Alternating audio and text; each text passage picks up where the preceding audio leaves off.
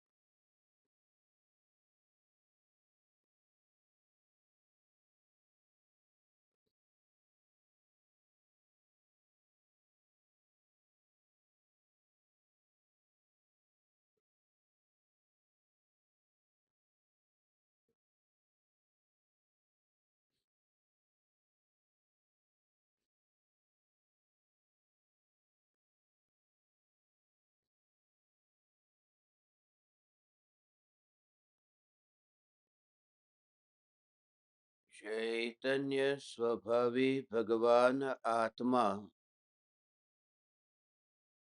स्वयं ही चैतन्य समयसार है।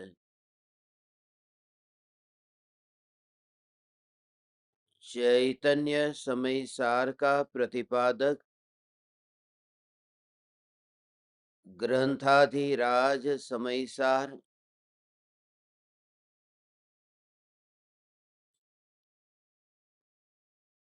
कर्ता कर्म का यथार्थ स्वरूप समझाने वाला ग्रंथाधिराज है।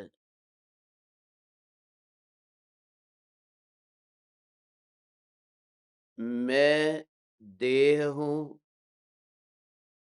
और यह देह मेरा है, उस संबंधी मिथ्या मान्यता का पोषण उतना नहीं होता जितना मिथ्या मान्यता का पोषण होता है कि मैं देह की क्रिया का करता हूं, मैं देह की क्रिया का भोगता हूं।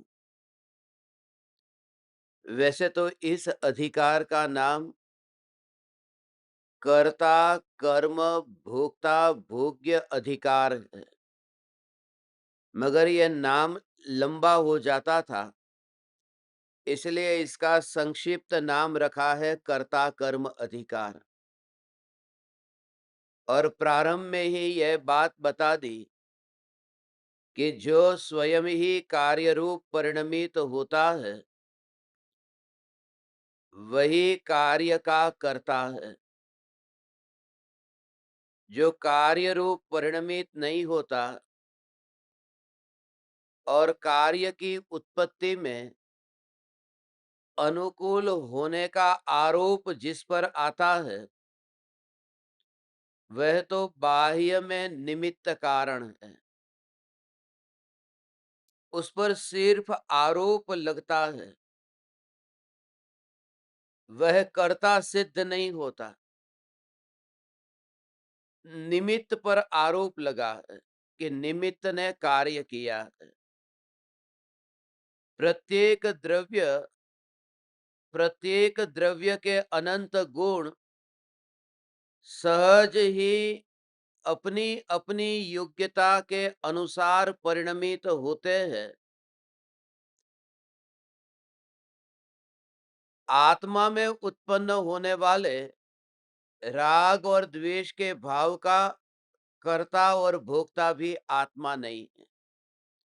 जो जीव अजीव अधिकार में हमने 29 प्रकार के वर्णादि रागादि भावों का स्वरूप समझा था, उन 29 प्रकार के वर्णादि रागादि भावों में 20 भाव तो वर्ण से संबंधित है और 9 भाव राग से संबंधित है। ये कुल मिलाकर के 29 प्रकार के भावों का ही यहां विस्तार से स्वरूप समझाया है कि भगवान आत्मा उन 29 प्रकार के भावों का कर्ता भी नहीं है और भोक्ता भी नहीं है। एक दृष्टि से देखे तो ये जीव अजीव अधिकार का ही उत्तरार्ध है, क्योंकि उसी विषय को आगे स्पष्ट कर रहे हैं। समय सार में जीव अजीव अधिकार है, पुण्य पाप अधिकार है, ये तो तत्व के नाम है ना।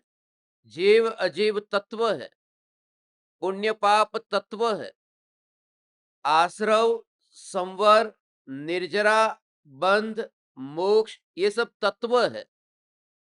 कर्ता कर्म कोई तत्व नहीं है। फिर भी कर्ता कर्म के नाम से यह अधिकार लिखा है और इसका महत्व अमृतचंद्र आचार्य ने आत्मख्याति टीका में बताया है कि इस संबंध में जो भूल होती है अज्ञानी की कि मैं सारी दुनिया का सारे जगत का कर्ता बनूं, तो उस भूल से मुक्त होने के लिए, उस कर्तृत्व के अहंकार से छुटकारा पाने के लिए सबसे अधिक गाथा इस अधिकार में लिखी गई। आप खुद विचार करो कि पूर्व रंग में सिर्फ 38 गाथाएं थी और जीव अजीव अधिकार में 39 से लेकर के 68 गाथा थी, 30 गाथा। तो अब तक 2 प्रकरण जो चले उनमें 68 गाथाएं थी, मगर अब 69 से लेकर के 144वीं गाथा तक कुल मिलाकर के 76 गाथाओं में ये कर्ता कर्म का ही स्वरूप समझाएंगे। माने 2 चैप्टर जो शुरुआत के उसके कुल मिलाकर के 68 और यहां एक ही अधिकार के 76 गाथा। क्योंकि इतनी बड़ी भूल होती है कि मैं कुछ करता हूं और मैं भोगता हूं। भोगने की बात तो बाद में कही, कर्तृत्व की बात सबसे ज्यादा कही। करूं, हम इतना बड़ा घर बनाते हैं, उस घर में मानो 4 कमरे हैं, 8 कमरे हैं, बड़े बड़े महल बनाते हैं, एक कमरे में ही हम सोने वाले हैं और बाकी के कमरे का ऐसा भी होता है उपयोग भी नहीं होता। घर में हमने शोपीस ला करके रख दिया हो, जिस दिन खरीदा हो उस दिन से लेकर के मरे तब तक शोपीस की ओर ध्यान नहीं जाता और घर में पड़ा रहता है। तो फिर क्यों खरीदा? वो कर्तृत्व के भाव के कारण कि कुछ तो मैं करूं ना, खुद को भोगना नहीं है। मगर वो कर्तृत्व का अहंकार ही ये प्रेरित करता है कि कुछ करूं। ये जो सत्संग है, इस सत्संग के दौरान थोड़ी देर में नींद आने लगती है, क्योंकि कुछ करना नहीं है ना। एक आदमी, जब मैं पहले ट्रेन में ट्रैवल करता था तो मेरे सामने की सीट पर बैठा था। उसने अखबार खरीदा, अखबार को पढ़ा, पहला पन्ना, आखिरी पन्ना, दूसरा, तीसरा, जिस क्रम से पढ़ा जाता है। और थोड़ी देर के बाद वो पूरा अखबार पढ़ लिया और अखबार उसने साइड में रखा। अभी 5 मिनट भी नहीं हुई थी कि फिर अखबार उठाया और फिर पढ़ने लगा। मुझे लगा कि ये पहली बार जब पूरा अखबार पढ़ चुका है तो अब दूसरी बार क्या पढ़ रहा है। वो पढ़ेगा, क्योंकि नहीं पढ़ेगा तो उसे चैन नहीं पड़ता। कुछ नहीं करना है, हमारा रस कुछ न कुछ करने में है, कुछ तो कर रहा है ना, दोबारा पढ़ रहा है। शांति से यदि बैठने को कहे तो बैठा नहीं जाता। 2 मिनट मौन यदि आपको रहने को कहे तो वो 2 मिनट कितनी बड़ी हो जाती है, 2 घंटे जैसी लगती है। उसका अनुभव आपको होता होगा जब प्रार्थना सभा में कहते 2 मिनट का मौन, तो विचार आता है कब ये 2 मिनट पूरी होगी। क्योंकि कर्तृत्व का भाव इतना है कि ये करूं, ये करूं, ये करूं।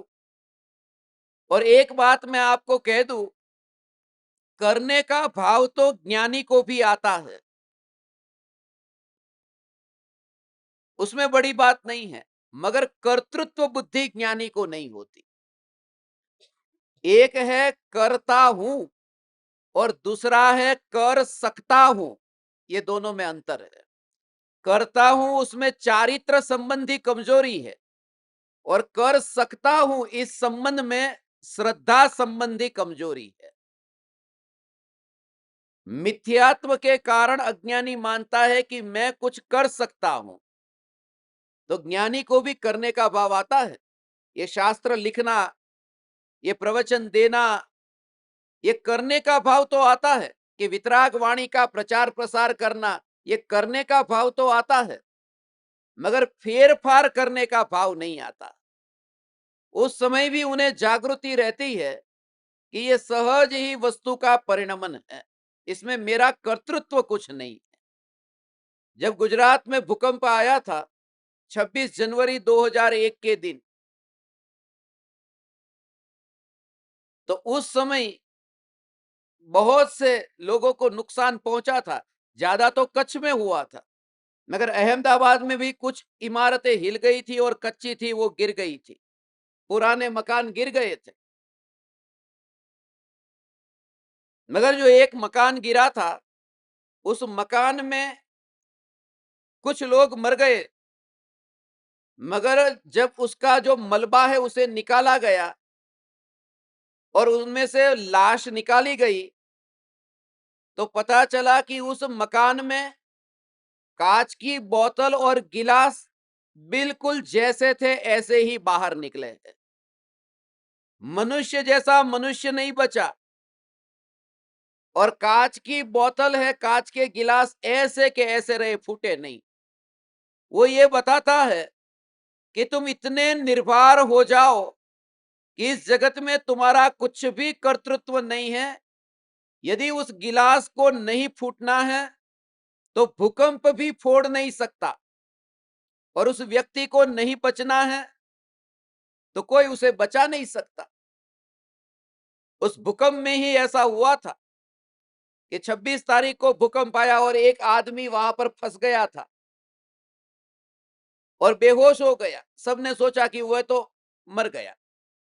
अब मगर कहां से ढूंढे, कहां है वो। तो उस जमाने में, उस समय 2001 में नए नए मोबाइल फोन आए थे। जिनके पास में मोबाइल होता था वो इतना बड़ा माना जाता था, यहां पर लटका करके बेल्ट के साथ में। जैसे पुलिस वाले रिवॉल्वर लेकर के आते हैं तो लोगों की ध्यान, अरे ये तो पुलिस वाला। ऐसे मोबाइल में, उसके पास में मोबाइल था, घर में मोबाइल रखा था, फुल चार्ज किया था। तो 2 दिन तक वो वहीं पर ही बेहोश हालत में पड़ा रहा।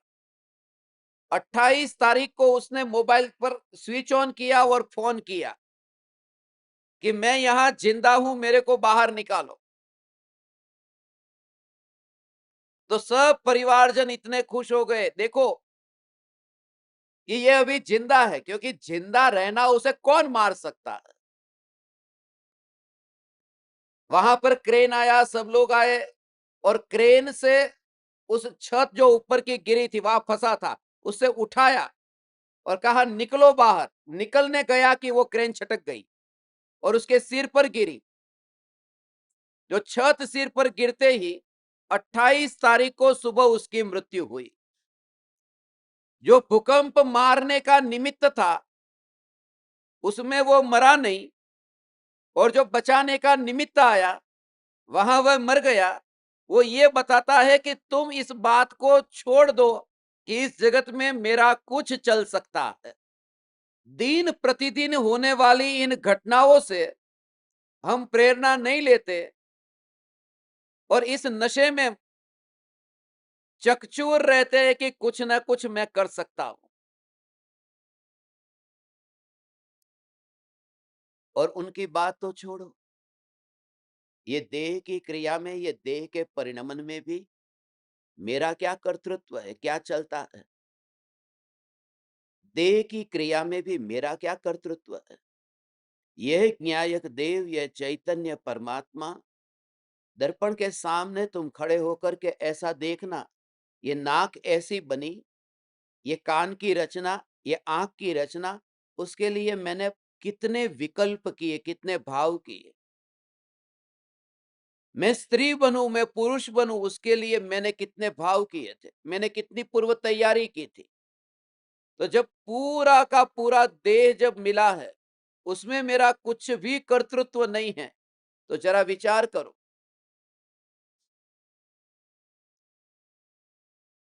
आत्मा में ये जब राग और द्वेष के भाव होते हैं, उन भावों में भी जब मेरा कर्तृत्व नहीं है, इस भाव की उत्पत्ति हुई और उस भाव रूप मेरा कहीं पर भी परिवर्तन नहीं हुआ, परिणमन नहीं हुआ। लाख कोशिश करने पर वह भाव आता नहीं है, और कितनी कोशिश करो मगर वह भाव रुकता नहीं है। तो आचार्य देव इस अधिकार में कहते हैं कि रागादि वर्णादि जो भाव है, वो रागादि वर्णादि भाव उसका कर्ता और भोक्ता ये भगवान आत्मा नहीं है। कल हमने 69वीं गाथा की शुरुआत की थी। आज 2 गाथा हम पढ़ते हैं और फिर आगे यात्रा करते हैं।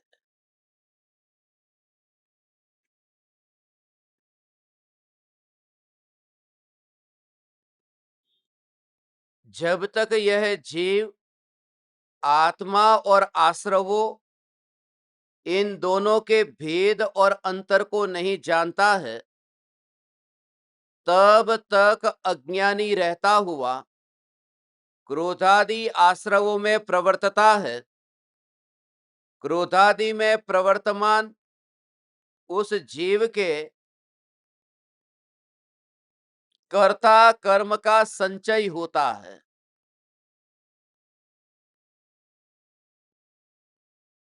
जीव के कर्मों का बंध वास्तव में इस प्रकार होता है, ऐसा सर्वदर्शी भगवानों ने कहा है।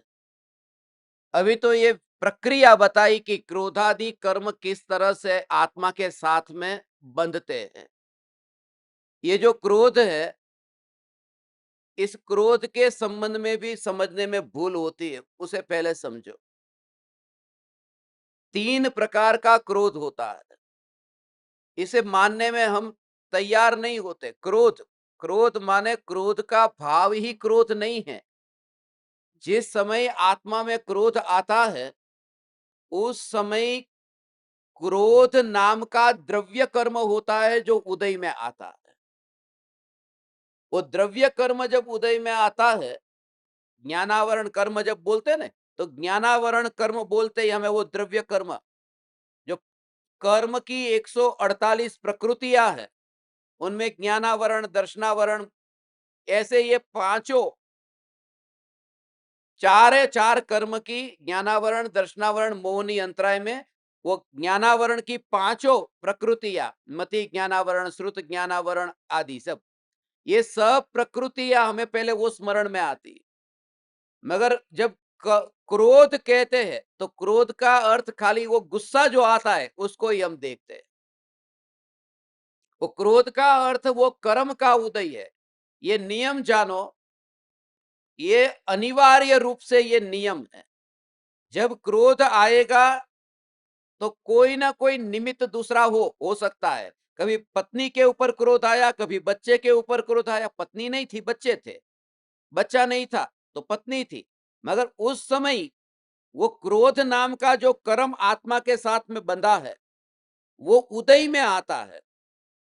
जैसे मानो कोई भी वस्तु हमें मिली, एक शो पीस हम घर में ला करके रखे हैं, तो आत्मा में वो जो पुण्य बंधा हुआ था, वह खाली होता है और वो शो पीस हमारे घर में आता है।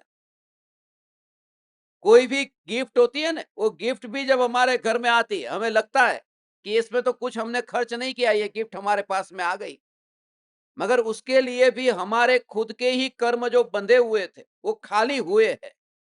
इस जगत में फूल भी मुफ्त में नहीं मिलते और पैर में कांटे भी मुफ्त में नहीं चुभते, कुछ न कुछ चुकाना पड़ता है। फूल के लिए पुण्य चुकाना पड़ता है, कांटे के लिए पाप चुकाना पड़ता है। वो उदय में आने वाला कर्म है ही। तो जब क्रोध आता है तो वो क्रोध नाम का द्रव्य कर्म, मोहनीय कर्म की 28 प्रकृतियां है। उनमें 3 प्रकृति तो दर्शन मोहनीय की है और 25 प्रकृति है वो चारित्र मोहनीय की है। उन 25 प्रकृतियों में 4 प्रकार का क्रोध है।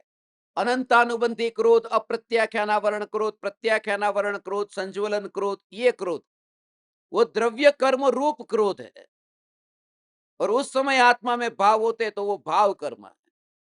और एक तीसरा भी क्रोध है, वो नौ कर्म रूप क्रोध कहते हैं कि जब क्रोध आता है तब आंखें लाल हो जाती है, शरीर कांपने लगता है। ये जो शरीर में जो परिवर्तन आता है उसे भी क्रोध कहते हैं। आंखें लाल देख कर कहते हैं ये देखो ये क्रोध आ गया। तो ये तीनों प्रकार के क्रोध जो है, भाव कर्म रूप, द्रव्य कर्म रूप और नौ कर्म रूप, इन तीनों क्रोध का कर्ता भगवान आत्मा नहीं है। अब इसका भाव है कैसे, अंदर से ही वो सहज रूप से स्वीकार भाव होता है। समझ में आ रहा है? ये इतना अब सूक्ष्म इसका रहस्य है कि आत्मा रागादि वर्णादि भावों का कर्ता नहीं है और अंदर में उस रूप में परिणमन हुआ है।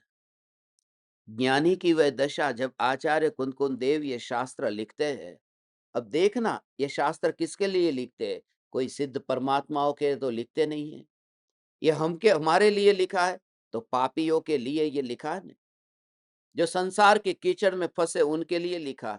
जब वो देखते हैं कि सब आत्मा परमात्मा है, तो परमात्मा के लिए मैं शास्त्र क्यों लिख रहा हूं कि वर्तमान में ये सब पाप की अवस्था में है, ये वर्तमान में पापी है। समझ में आ रहा है?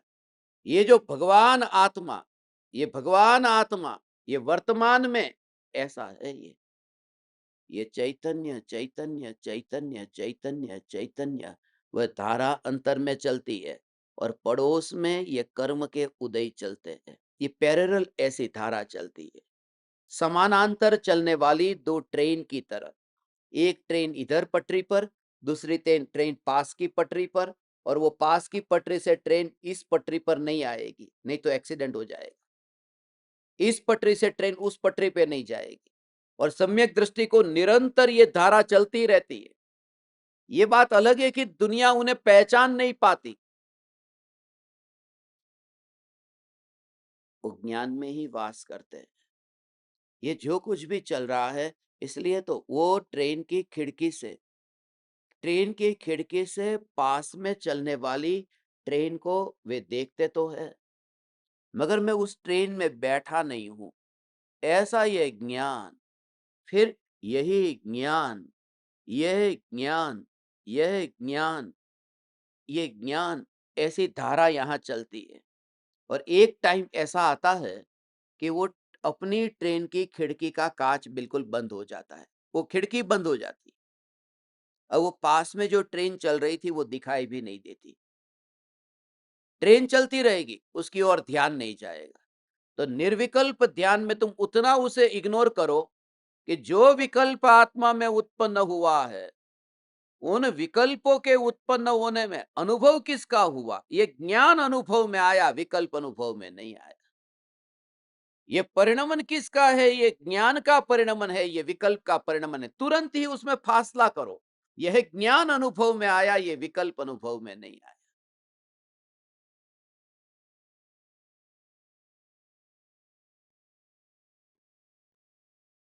ये अपना ही अनुभव है। मिठाई जब चखी है, वो अंदर में ही मिठाई जब चखी है, तो मिठाई चखते समय जिसको बुखार आया हुआ है, उसे मिठाई कड़वी लगी।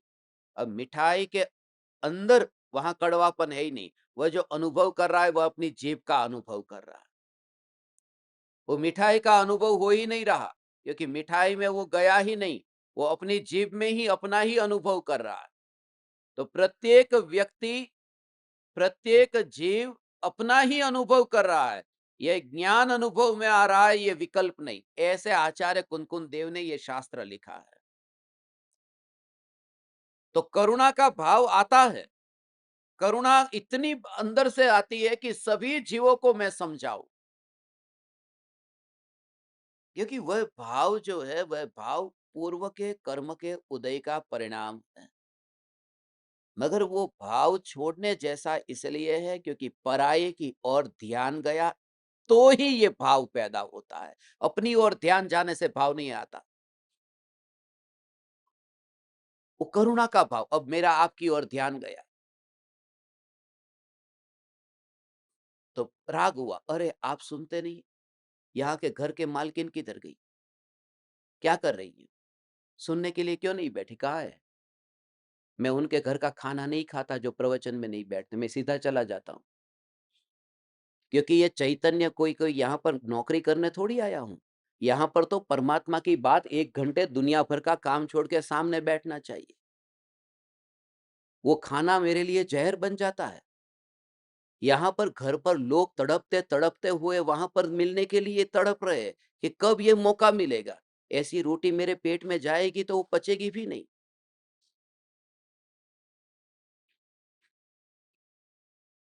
ये नियम है, और मेरा सभी लोगों से कह देता हूँ, तुम्हारे घर पर मैं रोटी नहीं खाऊँगा, क्योंकि पहला मेरा प्रयोजन ये चैतन्य की आई टू आई कॉन्टैक्ट। यहाँ तुम सामने बैठो ने, ये सुनो, वो रोटी कैसे पचेगी मेरे को? चैतन्य, चैतन्य, चैतन्य, चैतन्य, चैतन्य, जिसके लिए लोग तरसते हैं, तड़पते हैं। ये क्या चल रहा है? दूर-दूर से लोग आते हैं तरसते हुए। अब ये भाव मुझे आ गया। वो भाव मैं नहीं हूँ, वो जागृति। मगर वो भाव आता है, वो आए बिना नहीं रहता। क्योंकि जब अंदर से ऐसी भावना होती है कि जहां पर मैं बैठा हूं, यहां पर कल सोफा पर बैठा हूं, यहां पर बैठा हूं, कि यहां पर मैं हाथ लगाता हूं, तो हे चैतन्य परमात्मा, ये हाथ की स्पर्शना, ये मैं नहीं, मैं ज्ञान मात्र। अब इस सोफा पर कोई बैठे तो उसे उसी प्रकार से अनुभव हो कि मैं ध्रुव ज्ञायक। जब इतना करुणा का भाव आता है, क्या प्रयोजन है फिर कार्यक्रम रखने का? मैं तुम सभी से कह देता हूं, ऐसा ध्रुव चैतन्य का जोर, मैं स्पष्ट बोलता हूं ने, इसलिए दुनिया में बुरा लगता हूं, मगर मेरे भीतर में तुम्हारे प्रति बहुत भाव है, बहुत भाव है, क्योंकि तुमने आज तक ऐसे लोगों को सुना ही नहीं है। मैं आपसे कहता हूं, ये जो 1 घंटे का ये मौका मिला है ना, तुम बाद में यूट्यूब पर सुनोगे ना, वो भाव नहीं आएगा। यहां पर तुम फील करो, literally you will feel the connection. तुम देखो यहां पर, सुनने में तो सब आ सकता है, लोगों को अपने घर पर बैठे-बैठे भी सुनने में आ सकता है, जैसे तुम्हें दीवार के पीछे सुनने में आ सकता है। मगर जो सामने बैठ कर के जो भाव ग्रहण होगा, और वो कब होगा? जीवन में कभी-कभी 1 आध घंटे का ये मौका मिलता है, ऐसा है। कभी-कभी ये अवसर मिलता है।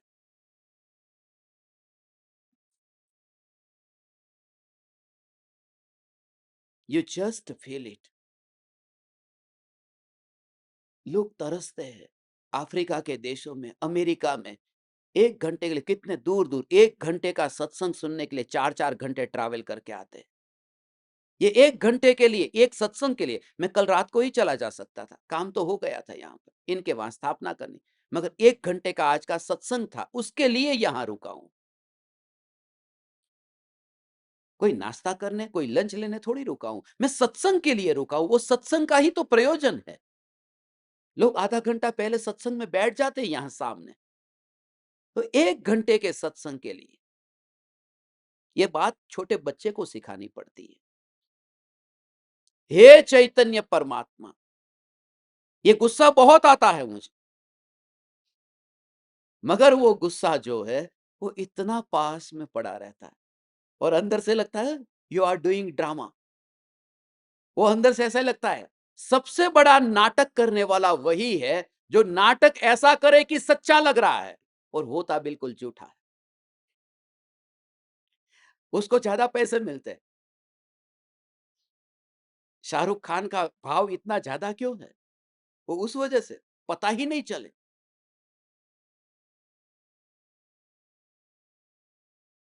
वो पता ही नहीं चले। मैं आंखें बंद करता हूं तो तुम्हें देखता हूं, मैं आंखें बंद करता हूं तो तुम्हें देखता हूं। नैना, नैना, मैं तुम्हारे बिना जी नहीं सकता। I love you very very much Naina. क्या कहो, इसमें तो कुछ लिखा ही नहीं है। कल हो ना हो में, अरे तू कहता तो यही कह देता दे, वो तेरे बदले में मैंने कह दिया। उसका उसे पैसा मिलता है। ज्ञानी अर्थात मोस्ट ड्रामेबाज पर्सन, वो इतना ड्रामा करता है क्योंकि वो नाटक, इसलिए तो पंडित बनारसी दास जी ने इसको नाटक कहा। ये नाटक है और वो छूता नहीं है। वो अंदर में ज्ञान की ही अनुभूति करता रहता है। वो अंदर से उसे ज्ञान ही अनुभव में आता है। उसका अनुभव उसके स्पष्ट है कि ये अनुभव में आ रहा है ये ज्ञान। जो कुत्ता हड्डी चबाता है, रस खून का लेता है, वो मानता है कि हड्डी में से रस आ रहा है। हड्डी में से तो रस आ ही नहीं रहा है, खुद का ही रस चख रहा है, क्योंकि जबड़ा फट जाता है, खून निकलता है, खून चखता है, तो उसे अपना ही रस आ रहा है और कल्पना करता है कि ये हड्डी का रस है। वो ज्ञानी ये कहते हैं तुम सदा काल ज्ञान का ही रस ले रहे हो, तुम कल्पना कर रहे हो कि ये जगत का रस है। वो भ्रम है। ये जो अनुभव में आ रहा है ये ज्ञान ही तो है। आचार्य कुंद कुंद देव ये कहते हैं, ये 3 प्रकार के जो क्रोध है, भाव कर्म, द्रव्य कर्म और नो कर्म, इन तीनों प्रकार के क्रोध में भगवान आत्मा उसका कर्ता नहीं बनता। और ऐसे ही क्रोध का ही नहीं, ऐसे ही सभी 29 प्रकार के भावों का पूरा प्रकरण ऐसा समझना कि मैं उनका कर्ता नहीं हूं।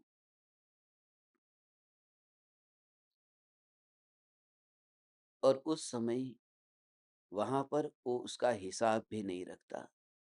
नदी जैसे बहती है और बहती हुई नदी, उसके एक किनारे पर एक पेड़, दूसरे किनारे पर दूसरे पेड़, मगर बबूल के पेड़ है एक और दूसरी और चंदन के पेड़ है। ऐसे दोनों पेड़ उगे हुए हैं और वो बीच में से जो नदी बहती जाती है, नदी का जो पानी बहता जाता है, तो वो पानी कभी किनारे पर उगे हुए पेड़ से बात करने के लिए रुकता नहीं है, वो चल ही रहा है। ये सुबह दोपहर शाम जैसा होता ही नहीं है वो ज्ञान की धारा में। ये तो आंख खुलती है तो ये सुबह हुई, आंख बंद हुई कि हमने देखा अरे ये तो रात हो गई, सो गए। ज्ञान की धारा में जो जानन सत्ता है, उस जानन सत्ता में काल का भेद है ही नहीं और वो अपने आप बह रही है। जैसे पानी का स्वभाव बहना है ना, जहां ढलान होगी वहां बहती है। उसके लिए कोई कुछ नहीं करता। हिमालय से गंगा बंगाल तक पहुंची है, कौन पहुंचा रहा है? कोई परमात्मा है जो पहुंचा रहा है। सुख दुख में जब लोग इतना परेशान हो जाते हैं, भगवान के पास में जा जा करके हे भगवान कुछ कर दो, सांत्वना मिलती है, मगर वो सांत्वना इतनी भ्रमित है। सत्य को देखने के लिए अंदर से भाव ही कहाँ आता है। जिनको तुम जैन कहते हो, जन्म से जैन कहते हो, कोई कोई जहां पर एक तिनके के दो टुकड़े करने की शक्ति आत्मा में नहीं है, परमात्मा में नहीं है। कोई किसी का कोई कर्ता धर्ता हो सकता नहीं है। ऐसे लोग भी ऐसे ऐसे मंदिर में जाते हैं, प्रवचन सुनते हैं और वहां पर दगड़ू शाह, कौन सा शाह, दगड़ू शाह में कतार में खड़े हैं कि कुछ हो जाएगा। तुम थोड़ी तो अक्ल का उपयोग करो। कौन तुम्हारा क्या कर सकेगा? ये और सबसे ज्यादा तुम थोड़ा इतना विचार करो, कभी कतार में जाकर के, इतनी इतनी लंबी कतार में खड़े रह करके, कि भगवान के पास में नारियल लेकर के नारियल चढ़ाने से कुछ मिल जाता? तो बिल गेट्स को तो मैंने कहीं देखा नहीं कतार में, मैंने अदानी अंबानी को कहीं कतार में देखा ही नहीं, और जितने भी कतार में वो ऐसे ही लोग हैं। कौन किसका करेगा? जो बच्चा बचपन से ही ऐसे ही पैदा हुआ, अमेरिका में पैदा हुआ, वह कुत्ता जो सेठ की कुर्सी पर, सेठ की सीट पर पीछे बैठता है और ड्राइवर की सीट पर सेठ बैठता है, उस कुत्ते ने कौन से देवी देवता को माना? उस कुत्ते ने क्या किया? यदि तुम्हारा पुण्य यदि है, पुण्य प्रबल है, दुनिया की कोई ताकत तुम्हारा कुछ नहीं करती। ना कुछ मिलता है अनुकूल, ना कुछ प्रतिकूल, सब अपने पर ही घटित करो, ये मेरा ही है। जो कुछ भी सामने आ रहा है, ये मेरा ही परिणाम है। तुम जब सत्संग नहीं सुनते हो तो मुझे ऐसा भाव नहीं आता कि तुम बुरे हो, ये मेरे कोई कर्म ऐसे है कि मुझे आप जैसे मिले, ये मेरे ही उदय है। नहीं तो कोई ऐसे शिष्य नहीं मिलते, वन जंगल में मुनि नहीं मिलते जो बिल्कुल ध्यान में सुनते सुनते लीन हो जाए। तो हर बार अपने में ही घटित करो, ये कहीं मेरी भूल है। उस पिता की तरह जो कहता ना, बच्चा वो रिजल्ट लेके आए, पापा ये आपका ही परिणाम है, आपका ही परिणाम है। रिजल्ट लेके आया था, इंग्लिश में 100 में से 0, गणित में 100 में से 1, वो भूल से आ गया था। गणित में ऐसे आ जाते हैं, तो 100 में से 1, टोटल 35 नहीं होता था। पापा ने बोला ये ऐसा रिजल्ट, इतना एक चाटा मारा कि पापा ये आपका रिजल्ट है। ऊपर नाम पढ़ा तो नाम तो बेटे का ही लिखा था, तो दूसरा चाटा मारा। झूठ भी बोलता है, नहीं पापा ये आपका रिजल्ट है, आपने कोई पूर्व में ऐसे कर्म किए थे, उसका ये रिजल्ट है कि मेरे जैसा बेटा मिला, ये रिजल्ट आपका है। समझ में आ रहा है? ये रिजल्ट आपका रिजल्ट है। तो बेटा कैसा भी मिला तो बेटा नहीं, वो मेरा ही रिजल्ट है, मेरा ही है। पत्नी, घर में, सबके जीवन में प्रॉब्लम है कि नहीं? बैंड बाजा लेकर के जिसको तुम लेने गए थे, आने के बाद में पता चलता है कि ये क्या हुआ। तब महापुण्य का उदय जो लगता था, पलटने में देर कहां लगती है। मगर किसी पर भी आरोप नहीं लगाना, ये मेरा ही है, ये मेरा ही कर्म का उदय है। और जो मेरे ही कर्म का उदय है, ऐसा तो सारी दुनिया कहती है, उसमें दम नहीं है। समयसार कहता है कि वो जो कर्म का उदय आया है वो है ही नहीं मेरा, मैं तो चैतन्य मात्र हूं जिसका कोई उदय नहीं होता। तब अंदर में धर्म प्रकट होता है, भगवान ये चैतन्य में हूं, ऐसे जोर से धर्म प्रकट होता है। पुण्य और पाप के कर्म ये मेरे कर्म नहीं है। इसलिए जो कुछ भी मिला, कहाँ मिला? जब ऐसे आकाश में बनने वाले बादलों की तरह बनते हैं ना, बादल काले काले मंडराते हुए, उन बादलों की तरह जब तुम्हें अपना पूरा देह ऐसे ही दिखाई दे, किसी और के साथ में ये बर्ताव हो रहा है ऐसा फील करो, किसी और के साथ में ही हो रहा है। तुम दूर से यहाँ पर रह करके तुम एक बार आकाश को देखो, और आकाश को जब तुम देखते हो, वहां बादल जो तुम्हें दिखाई देते, बादल पकड़ में नहीं आते न। जैसे सीता को रावण के प्रति अभी इतनी करुणा आ रही है कि सीता नरक में जाती है, भाव आता है कि मैं रावण को लेकर के स्वर्ग में जाऊं, यहाँ कहाँ है, ऐसा भाव आता है ना। कोई परदेश रहता है बेटा, यहाँ माँ अकेली रहती है, घर का काम खुद करती है, लगता है कि चलो ठीक है, वहां पर मैं माँ को लेके जाता हूँ। ये करुणा आई ऐसा, इस उम्र में अकेली रहती तो कैसा भाव आता है, कितनी दुखी होती है। तो सीता को रावण के प्रति ऐसा भाव आता है। आओ, जैसे माँ अपने बच्चे को जब किसी के साथ में लड़ता होता है तो माँ कैसा हाथ पकड़ कर ले आती, चल बेटा अपने घर चल। ऐसे सीता को ये करुणा का भाव आया है पकड़ कर। मैंने आपको कहा था ना, मैंने बहुत बार आपको स्क्रीन में से पकड़ना चाहा, ऐसा भाव आता है कि हे जीव, ये जो मौका मिला, तू आ, तू गजपंथा आ नहीं सकता, प्रत्यक्ष वहां सामने बैठ नहीं सकता, तेरे पास समय नहीं है, अभी तेरे पास में थोड़ा सा समय है, तू आ। तो सीता ऐसे रावण को पकड़ती है, मगर शरीर पकड़ में नहीं आता, क्योंकि मर्क्यूरी जैसा होता है, पारा जैसा शरीर नरक में, एक पकड़ने जाओ ऐसे तो बिखर जाता है। नारकियों का शरीर ऐसा होता है, वैक्रिक शरीर बोलते हैं उसे, अनेक प्रकार की विक्रिया हो सके, छोटा बड़ा ऐसा शरीर हो सके, आता नहीं है। करुणा इतनी है, होता नहीं है। तो ऐसा करुणा का भाव आता है, तो शरीर पकड़ में नहीं आया ना।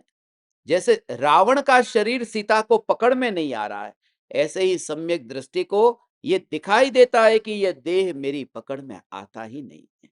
ये देह पकड़ में नहीं आता, क्योंकि ज्ञान देह को पकड़ सकता नहीं, ऐसी कोई शक्ति नहीं है।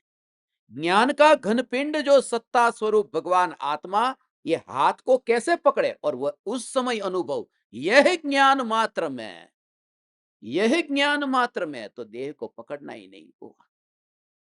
उसे कहते हैं ये देह पड़ा रहता है। बस आप ऐसा ही फील करो।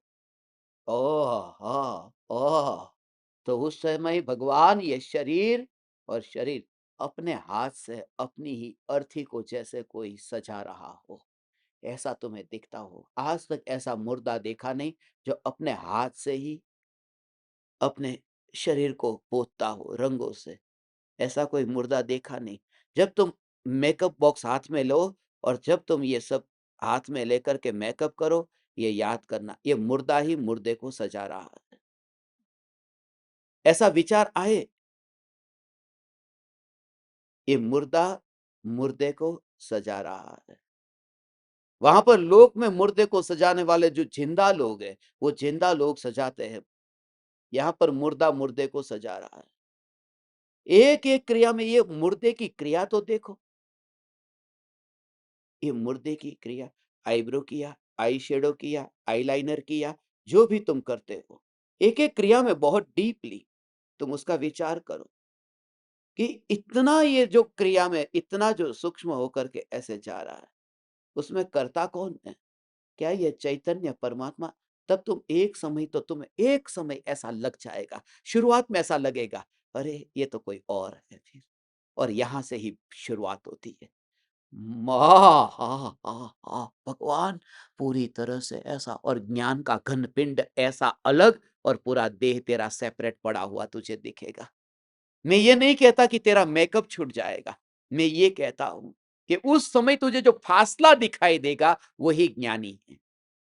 ज्ञानी का अर्थ वो घर में रहेगा, वो पार्टी में जाएगा तो वो मेकअप करेगा, वो मेकअप करेगी ना, पार्टी में जाएगी, भले फिर वो कैसी भी दिखती हो। छोटे गांव में किचन के दरवाजे खुले रहते थे, तो कुत्ते चले जाते थे दरवाजे के अंदर किचन में, तो आटे का डिब्बा खुला होता तो मुंह डालते, और जैसा मुंह बाहर निकाल करके आते, ऐसा मेकअप करके तुम जाओगी, आश्चर्य नहीं होगा। ऐसा ही पूरा जैसे मुंह डाला हो अंदर आटे में, मगर तब भी तुम्हें लगेगा ये उदय ही है, ये स्वभाव नहीं हो सकता बस। और दुनिया कहेगी तू पापी है, ये पाप छोड़। दुनिया ये कहेगी कि तू पापी है, मेकअप करना छोड़। और सम्यक दृष्टि ये कहते हैं कि वो जो किया है वो उदय है, तू चैतन्य है, ऐसा जोर दे। तो क्या मेकअप करते रहे फिर? वो भाव ही नहीं रहता, क्योंकि स्वभाव का जोर बढ़ता जाता है, वो भाव भी छूटता जाता है। कल 2-3 दिन पहले कोई कह रहा था अब मन ही नहीं लगता, अब भाव ही नहीं आता है, ऐसा जो पहले रस आता था ऐसा रस नहीं आता है। अब सब क्रिया होगी, मगर उन क्रियाओं में बस ये कर्ता कर्म अधिकार है, ये खास स्त्रियों के लिए है, क्योंकि स्त्रियों में कर्तृत्व बुद्धि ज्यादा होती है, पुरुषों में भोक्तृत्व बुद्धि। स्त्रियां देखो दोपहर में 2-2 बजे तक किचन में रहती, खाना खाना नहीं, ठीक है बाद में सबको खाना खिलाएगी, ये कर दो, ये कर दो, ये कर दो, ये कर दो, ये कर दो, मगर भोगोगे कब? नहीं, भोगे बिना चल जाएगा, पहले करते हैं। वो करना करना ज्यादा है, भोगने में रस नहीं है। और पुरुष कहता है फटाफट खाना निकाल, बाकी तुझे जो करना है सो कर, मेरे को क्या लेना देना। वहां भोगने का भाव ज्यादा है। स्त्रियों में कर्तृत्व बुद्धि बहुत है, ये करो ये करो ये करो।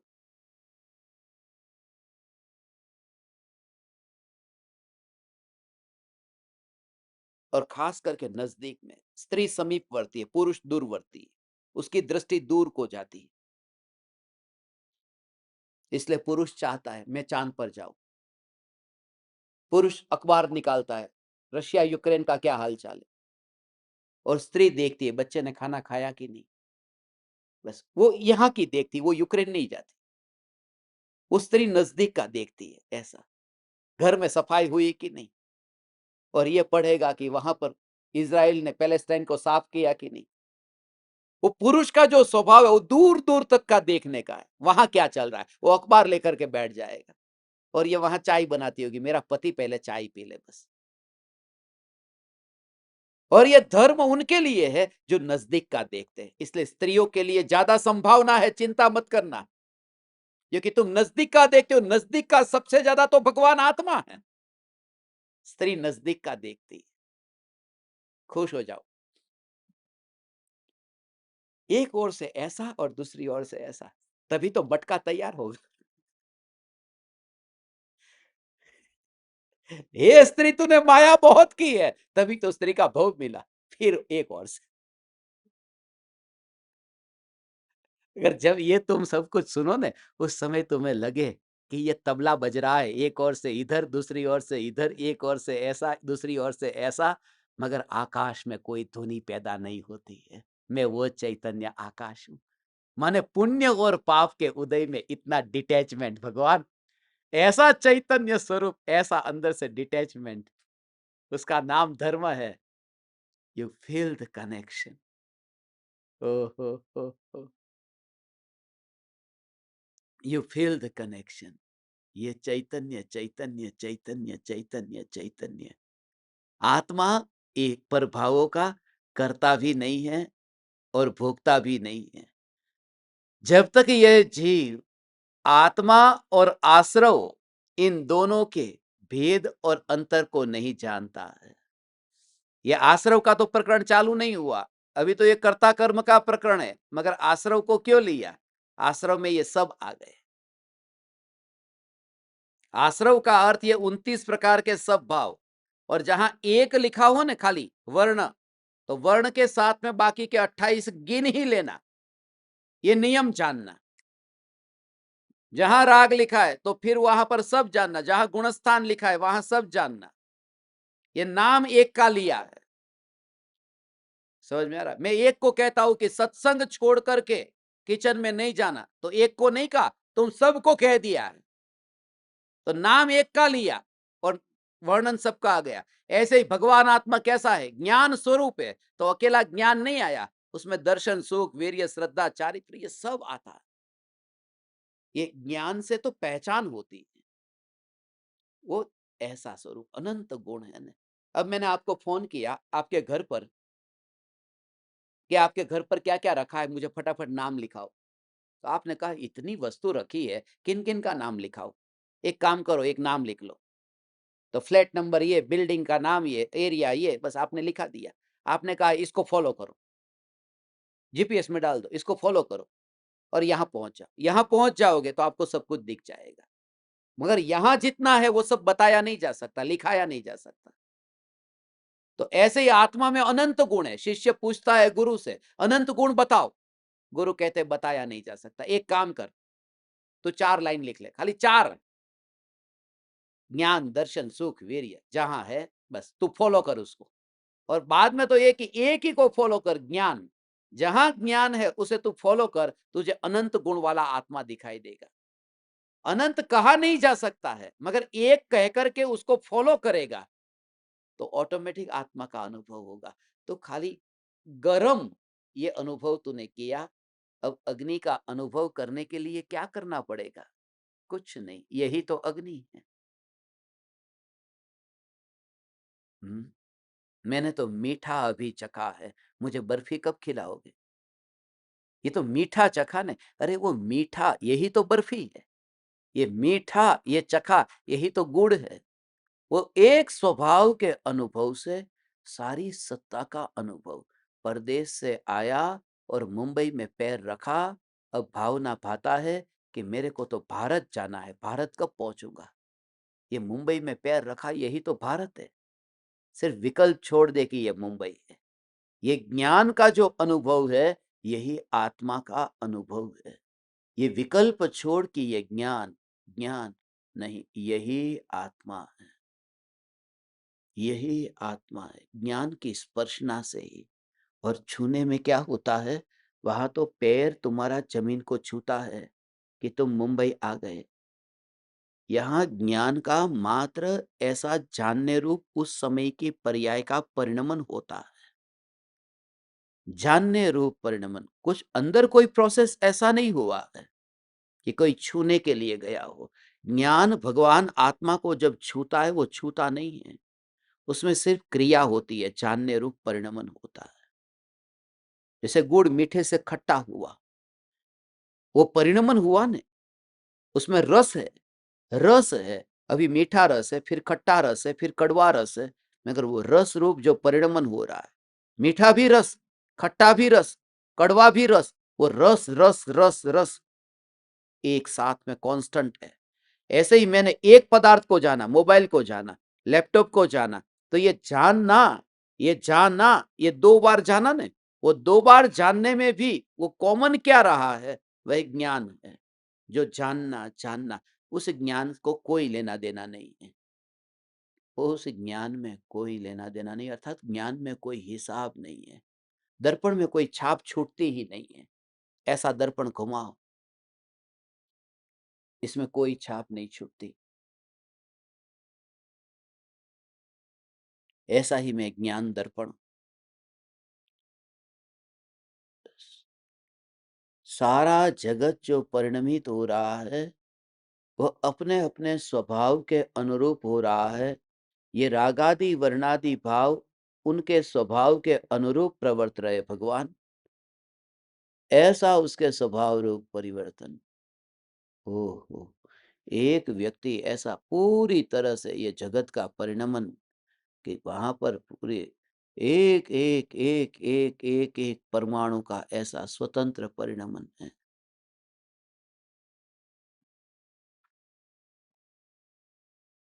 एक एक परमाणु के एक एक पर्याय का ऐसा स्वतंत्र परिणमन। दाल खाते समय चम्मच से दाल उठाई और मुंह में गई, और उसकी एक बूंद कुर्ते पर गिर गई। ये सत्य बात है हो। मुंबई में एक जगह में बैठा था, तो खाना खा रहा था, तो दाल ऐसे उठाई तो चम्मच से खाई, और एक बूंद यहाँ पर गिर गई। तो ऐसा क्यों हुआ कि वो जो पेट में गई ना, उस समय अप डाउन करता था मैं मुंबई से उमराला का, हर महीने में 4 बार। तो वो ऐसा अप डाउन करते समय, तो हमेशा जब मुंबई से मैं रिटर्न होता था, तो सूरत जब बीच में आता, तो मुझे पेट साफ करने जाना पड़ता हमेशा। पता नहीं सूरत आया कि जाना पड़ेगा। तो वो जो वहां पर ऐसा मैंने दाल खाई, तो किसी ने मुझे पूछा कि ये दाल कुर्ते पे गिर गई, आपने ध्यान से वो चम्मच से उठाया नहीं ना दाल को, ऐसा थोड़ा चम्मच को नीचे एक बार टच कर देते ना कटोरी से, तो थोड़ी वहां रह जाती। वो कैसे रहती, क्योंकि जो दाल अंदर मुंह में गई, जिसको सूरत जाना है, वो मुंह में जाएगी, और ये कपड़े उमराला में धुलेंगे, तो ये बूंद वो उमराला में जाएगी। तो जिसको उमराला जाना है, वो मुंह में कैसे जाएगी, वो कुर्ते पर ही जाएगी ना। तो एक बूंद जो है, उसकी भी योग्यता, इंडिपेंडेंट साइंस कैसा है ये, उस एक बूंद का भी परिणमन कितना स्वतंत्र है। और तुम कहते हो कि तुम जब इतनी दाल को, एक कटोरी दाल को तुम अंदर पेट में लेके गए, यदि तुम उसको पेट में लेके गए, तो बूंद को लेकर क्यों नहीं गए। माने बूंद जब अपनी शक्ति से गई, इतनी छोटी सी बूंद भी अपना काम अपने आप करती है, तो ये दाल भी अपने आप क्यों नहीं करेगी। तो तू साइड में रह जा कि मैंने कुछ नहीं किया, तो फिर पूरा वो भाव निकल जाएगा। मैंने ये किया, मैंने वह किया, तूने किया क्या। माँ जो जिंदगी भर ये बोझ रखती है ना, मैंने बच्चे को जन्म दिया, जन्म दिया, जन्म दिया, जन्म दिया, तूने किया क्या, जन्म देने में तेरे हाथ में क्या था। बेटे को जन्म देना, बेटी को जन्म देना तेरे हाथ में नहीं था। ये तेरे हाथ में था क्या? यदि तूने जन्म दिया होता तो ये सिलेक्शन क्यों नहीं किया? कहां जन्म देना वो तेरे हाथ में नहीं था। घर में जन्म देना, अस्पताल में जन्म देना, कहीं तो बीच में ही डिलीवरी हो जाती है, फ्लाइट में हो जाती है, ट्रेन में हो जाती है। कहां जन्म देना तेरे हाथ में नहीं है। किसको जन्म देना तेरे हाथ में नहीं है। कहां जन्म देना तेरे हाथ में नहीं है। अब सुबह जन्म देना, दोपहर में काली चौदस को भी बच्चे पैदा हो जाते हैं। वो कब जन्म देना तेरे हाथ में नहीं। आधी रात को 12 बजे पैदा होते, वो उनके हाथ में थोड़ी।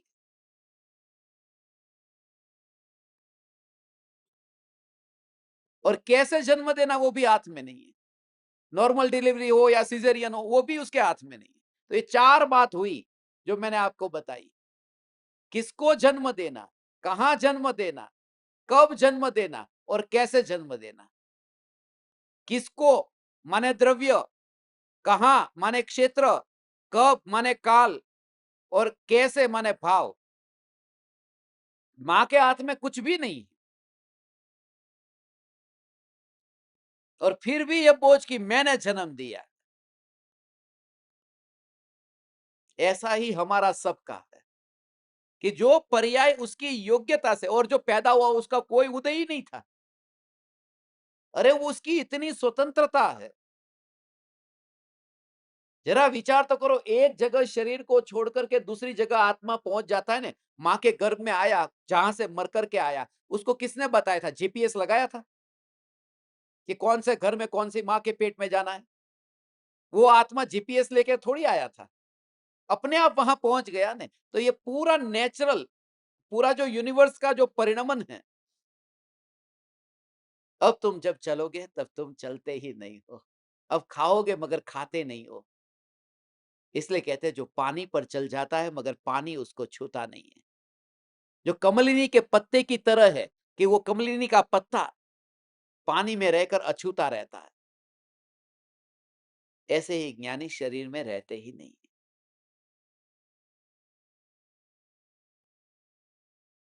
ये आश्रवादी ये भाव, इनका कर्ता मैं नहीं हूं, इनका भोक्ता मैं नहीं हूं। क्योंकि भोगने के लिए भी उनके पास जाना पड़े। ज्ञान जानने के अतिरिक्त कुछ करता नहीं है।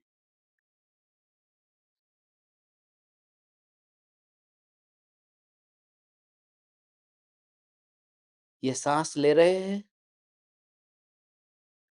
ये सांस अंदर गई, सांस को बहुत तेजी से अंदर लेके जाओ, अंदर लेके जाओ, फिर थोड़ा पेट हिलाओ, अंदर बाहर करो। ऐसे कराते हैं ना। मैं गया था ना एक बाबा के पास में, मुझे बता रहे थे सांस को ऐसे लेके जाओ, ऐसे लेके जाओ।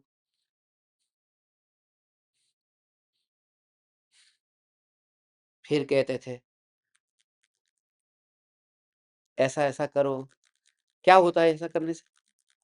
बाल काले हो जाते हैं। ऐसा ऐसा करो, बाल काले हो जाते हैं। काले तो हुए नहीं थे, वो झड़ने चालू हो गए। अब ये जो सांस अंदर जाती है, अंदर में कितना भ्रम है। तुम लेके जाते हो, यदि तुम लेकर के जाते हो, तब जब मौत हुई और सांस जब बाहर निकली तो एक थोड़ी नई एक्स्ट्रा लेके जानी चाहिए ना।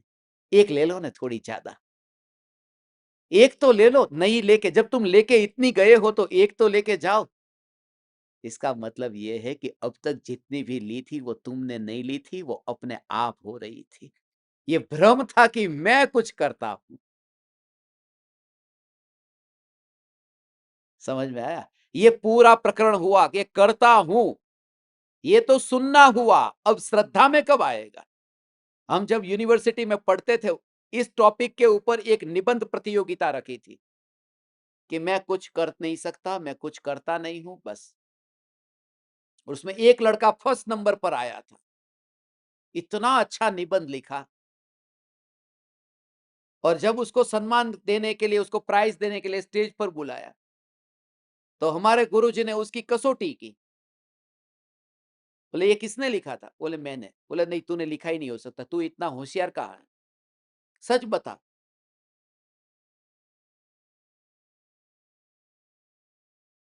तेरे आसपास कौन बैठा था? उनमें से नकल की थी? तो मैं बैठा था। बोला नहीं, मेरे में से नकल नहीं की थी। मगर मैंने कभी-कभी देखता था ये क्या लिख रहा है, अपनी आत्मकथा लिख रहा है कि क्या? ऊपर देखता ही नहीं है, लिखता ही जा रहा है। उसने कहा कि हाँ, मैंने ही लिखा, मैंने किसी में नहीं लिखा, किसी में देखा नहीं है, मैंने खुद ने लिखा। तूने लिखा? हाँ, मैंने लिखा, मैंने लिखा, मैंने लिखा। बोले ले, अब तू सच्चा बोलता है, प्राइज़ लेके जा। मगर तू फेल हो गया। क्योंकि पूरे निबंध में कहता है तू कि मैं लिखने वाला नहीं हूँ, मैं करता नहीं हूँ, मैं कुछ कर सकता नहीं हूँ और तू क्या कहता है मैंने लिखा।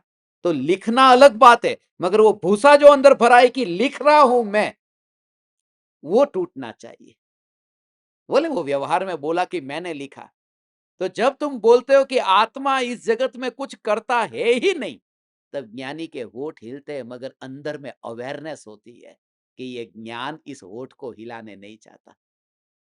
अज्ञानी भी बोल देता है, क्योंकि कॉपी करने में क्या, अज्ञानी क्या स्पीकर बोल देगा जड़ थोड़ी देर के बाद में, और जितना जोर से बोलना हो उतना जोर से, जहां चालू करना हो, जब चालू करना हो। मगर वहां भेद ज्ञान नहीं है, इसलिए कैसेट की तरह ऐसा लगेगा कि जैसे कैसेट बज रही है। ऐसे ही ये देह में से ध्वनि पैदा होती है। दो हाथ की ये ताली है, जीभ और तालू से टकराने से ये ताली बज रही है। ये कंठ से ध्वनि उत्पन्न हो रही है। ये होठों से होठों के टकराने से ये ध्वनि पैदा होती है। ये जो ध्वनि का उत्पन्न होना और उसमें भीतर में ज्ञान का मौन सन्नाटे रूप सत्ता स्वरूप टिके रहना, उस सत्ता स्वरूप में अंदर में सरक जाओ और तुम ये दशा को पाओगे। बस तुम्हारे जीवन में इतना अहोभाव आए, ऐसा ज्ञायक देव। दुनिया में अहोभाव आता है, करता है उसका। यहाँ पर अहोभाव है जो कुछ नहीं करता है और मात्र सत्ता स्वरूप है, यही मैं हूं। कल इसी प्रकरण को आगे हम लेंगे। गजपंथा की पावन भूमि से समय हो गया, टाइम हो गया है। टाइम नहीं हुआ है, ओवर टाइम हुआ है। आप परमात्माओं को अनंत अनंत प्रणाम। आपके योग में रह करके, आप पुणे वासियों के योग में रह करके मुझे सत्संग करने का अवसर मिला। मेरा इतना समय सत्संग में रहा। मैं ऋणी हूं आप समस्त परमात्माओं का। आप परमात्माओं को मेरे हृदय के अंतःकरण से प्रणाम करता हूं। चैतन्य समय सार, चैतन्य समय सार, चैतन्य समय सार।